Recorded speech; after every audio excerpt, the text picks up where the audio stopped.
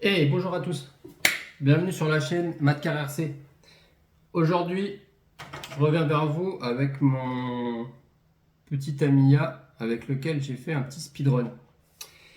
Pour ceux qui n'ont pas vu la vidéo, allez voir dans la playlist. Tamiya TT02. C'est un châssis Tamiya TT02 et il a pris 116 km/h les loulous. 116. C'est pas mal, hein? J'avais dit objectif plus de 100 km/h. 116, on l'a largement dépassé. On pourrait aller plus vite, je pense. Déjà, les pneus ils sont un peu usés, donc ils sont réduits en diamètre, ceux-là. Il faudrait que je mette des pneus neufs, mousse déjà. Le diamètre des pneus, c'est quand même vachement important pour prendre plus de vitesse. Ça joue vachement, ça joue autant que le pignon moteur.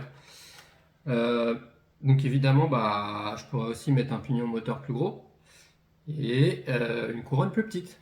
Voilà, pour après continuer d'avancer plus.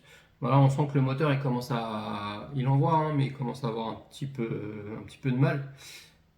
J'ai pas des super batteries dedans. J'ai pas non plus un super combo de fou. Hein. C'est du surpass hobby. Donc ça reste du premier prix. Donc 116 km/h avec du premier prix, c'est plutôt pas mal. Donc voilà, donc ce petit châssis avec la radio Dunbo RC. Donc moi c'était la première fois que je l'essayais. En plus ça faisait longtemps que j'avais pas enroulé. Donc j'étais pas très à l'aise avec cette manette qui est, je trouve quand même relativement grosse. La direction elle n'était pas super précise. Donc, vous avez vu hein, la vidéo. Je vous rappelle si vous l'avez pas vue, allez la voir. Euh, En ligne droite ça va bien. Hein. Franchement, ça va bien. Mais bon, j'ai pas encore le feeling de cette manette. Je la connais pas. C'était la première fois que j'utilisais. Donc c'est un feeling à prendre. Je pense qu'elle fonctionne bien. Il n'y a pas de raison. Mais c'est un feeling. Après, au niveau des réglages, c'est vrai que les réglages, j'ai quand même l'habitude des réglages avec un écran tactile. Enfin, un écran. Pas tactile, non, mais un écran. Là, on est sur du réglage comme ça. Donc pour régler les trims et tout, c'est un petit peu moins bien.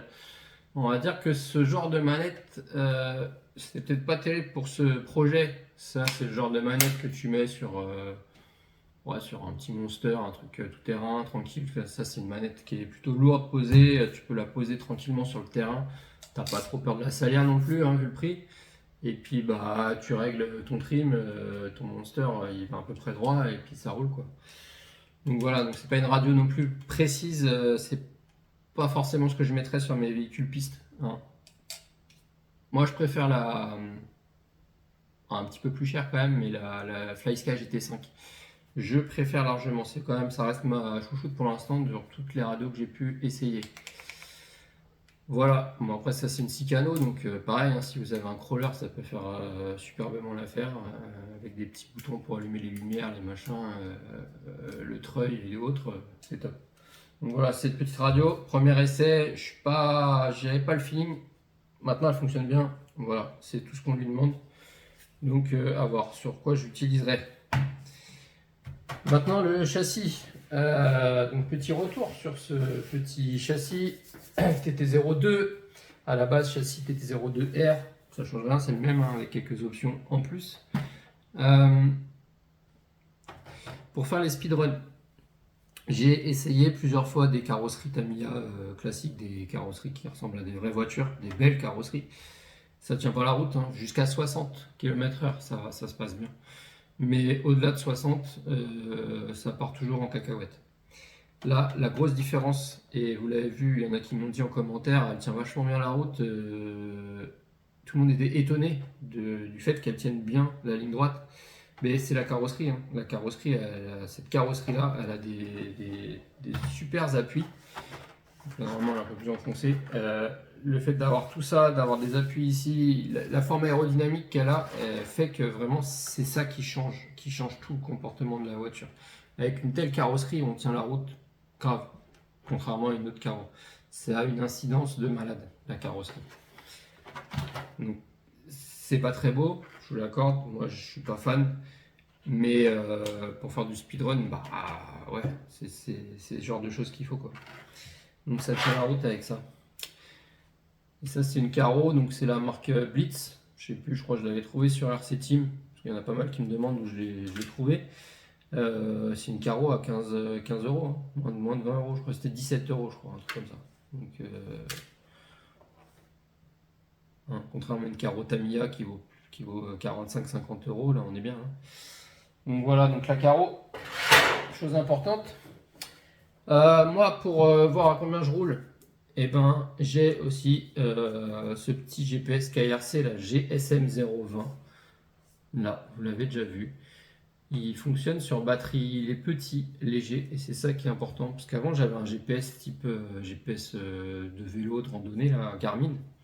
C'est vachement plus gros et plus lourd. Donc, sur les grosses 1/8e, il n'y a pas de problème. 8e, 7e ou autre, il n'y a pas de problème, vous avez la place de le mettre. Par contre, sur les petites 1/10e, bah, il n'y a pas beaucoup de place. Donc, ce genre de truc, c'est vraiment top, hein. Et puis bah, ça fonctionne bien, ça fonctionne avec l'appli sur le téléphone, donc tu visualises, tu peux faire des captures d'écran et tout, c'est top. Donc tu vois la vitesse avec ça, et tu peux aussi voir, analyser d'autres performances, les accélérations entre autres que tu peux faire avec ton véhicule si tu fais du drag race. Donc, moi c'est pas mon cas, j'ai jamais testé en drag race, mais voilà, tu as d'autres mesures que la vitesse. Donc voilà, avec quoi j'utilise pour voir la vitesse. Donc je reviens sur ce châssis TT02. Il y en a qui m'ont dit ouais, il y a vachement d'angles dans les roues. Il y a vachement de. Enfin, pourquoi il y a de l'ouverture comme ça dans les roues? Je vois pas l'intérêt. Si en fait, c'est un châssis 4 roues motrices.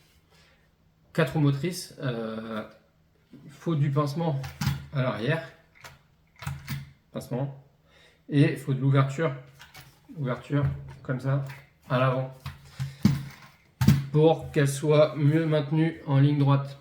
Si vous mettez, après chacun fait comme il veut au niveau des réglages, mais moi j'ai la plupart, tu regarderas la plupart des châssis qui sont livrés, les châssis RTR qui sont livrés prêts à rouler, 4 roues motrices, ils ont de l'ouverture à l'avant. En propulsion, il faut beaucoup de pincement à l'arrière, et à l'avant, à la limite, tu peux mettre droit ou un léger pincement. Mais en 4 roues motrices, il faut mieux avoir de l'ouverture. Si tu mets du pincement en fait à l'avant, la voiture va être beaucoup plus directive. Si tu as beaucoup de virages à enchaîner sur une piste avec des virages, et ben ouais, ça sera peut-être mieux parce qu'elle va enchaîner, elle va être plus directive. À peine tu vas bouger un peu les roues, tu vas prendre ton virage, elle va s'engager tout de suite.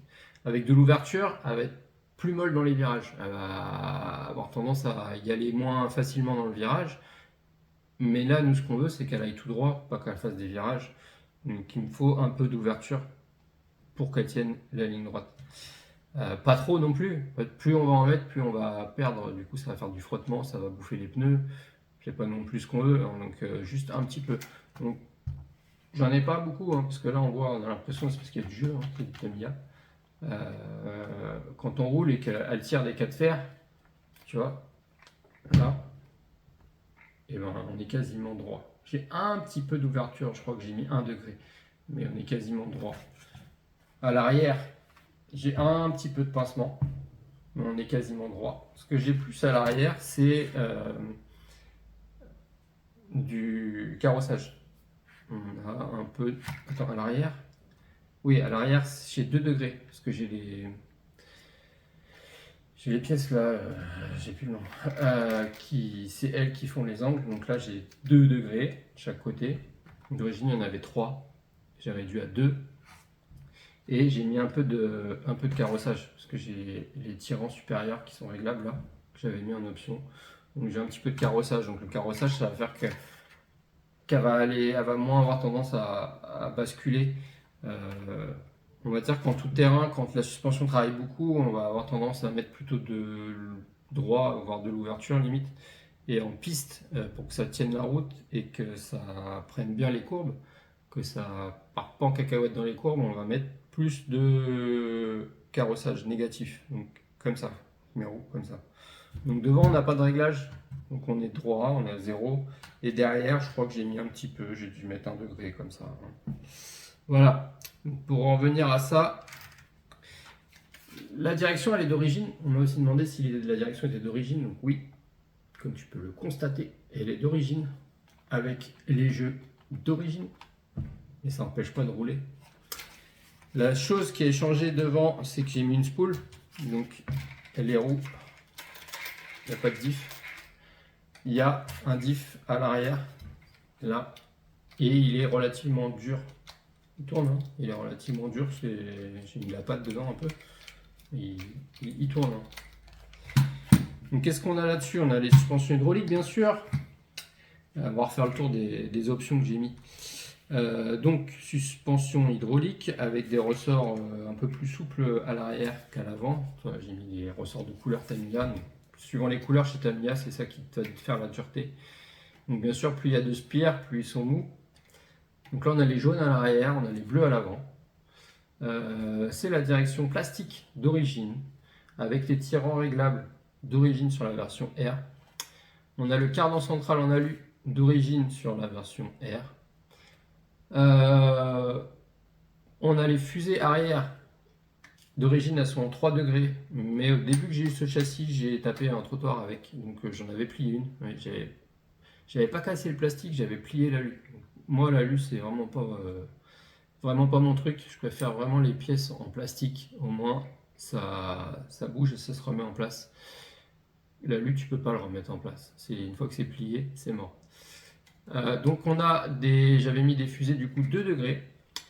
On a des cardans en métal là-dessus. Ils sont d'origine sur la version R. On a le châssis option hard, option dure. Il est renforcé en fibre celui-ci. Donc l'avantage quand même c'est qu'il se raye moins. Je l'avais pris parce que je voulais rouler sur piste avec, donc je voulais un châssis un peu plus ferme, histoire que les suspensions travaillent mieux. Quoi d'autre? Et ben c'est tout. Après on avait mis donc j'ai mis un support moteur réglable, le e-Racing, comme ça je peux faire mon entre-dents moi-même et ça me permet de mettre ce que je veux en pignon couronne. Donc en couronne et en pignon on est en 48 dp, on n'est plus sur du module 06 Tamiya. On a mis un moteur 3650, donc taille classique d'origine, 3650, c'est donc je rappelle les moteurs 36 c'est tout simplement le diamètre et 50 c'est la longueur en millimètres. Donc là on est sur un 3650 qui correspond au moteur charbon d'origine et on est en 5200 kV. 5200 kV, il accepte le 3S. Donc moi j'avais mis une batterie 3S. Mais j'ai pas forcé, hein, c'est le moteur l'accepte. Où j'ai forcé par contre, c'est qu'effectivement je tire très très long. Ou court, on va dire le ratio est petit et la transmission on tire ce qu'on dit qu'on appelle on tire long pour pouvoir avoir plus de vitesse. Donc c'est vrai que quand tu accélères le premier petit coup d'accélération, tu sens que la voiture a un petit peu de mal à accélérer. Mais par contre après quand tu t'envoies les gaz, quand elle est déjà lancée et que tu envoies les gaz, là ça part. Ça part et ça fait un bruit de malade, j'adore. Là où j'ai été un petit peu gros, c'est sur le variateur ou le contrôleur, appelle ça comme tu veux. Il peut prendre 6S celui-là, c'est un surpass-hobby aussi. J'ai plus le ventilateur dessus, mais franchement, lui il chauffe pas, hein. C'est un 150 ampères. Donc on est tranquille. En 3S, on tire pas ça. J'ai mis un petit cerveau low profile. Injora, 14 kg, ouais, 14 kg en 6 volts. Ok, et j'ai du coup mon récepteur Dumbo RC X6FG, donc c'est la version avec gyro, et j'ai pas utilisé le gyro. D'ailleurs, je sais même pas comment on l'utilise, faut que je regarde ça, mais je l'ai pas utilisé. Donc voilà pour ce châssis. Donc pneus mousse bien sûr. J'ai des pneus plus larges à l'arrière qu'à l'avant. On est sur du 26 mm à l'avant et du 30 mm à l'arrière. Est-ce que ça change beaucoup d'avoir les 4 ou d'avoir plus large derrière? En tout cas, moi j'ai de la place dans la carrosserie. Je me suis dit, plus c'est large, plus ça tiendra la route, comme sur les vraies voitures à l'échelle 1. Donc on a mis large, ça tient bien, comme vous avez pu le voir. Donc nos soucis. Donc voilà, donc très content des performances de ce petit châssis Donc là, effectivement, on pourrait même rouler sur une piste un peu un huitième, un cinquième assez grande, avec de la grande ligne droite, on pourrait rouler avec la carreau que j'ai, elle tient la route, grave. Donc on pourra rouler, mais bon, les pneus mousse, ils vont pas tenir longtemps, c'est clair.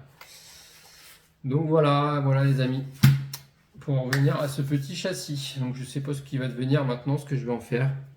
Aucune idée.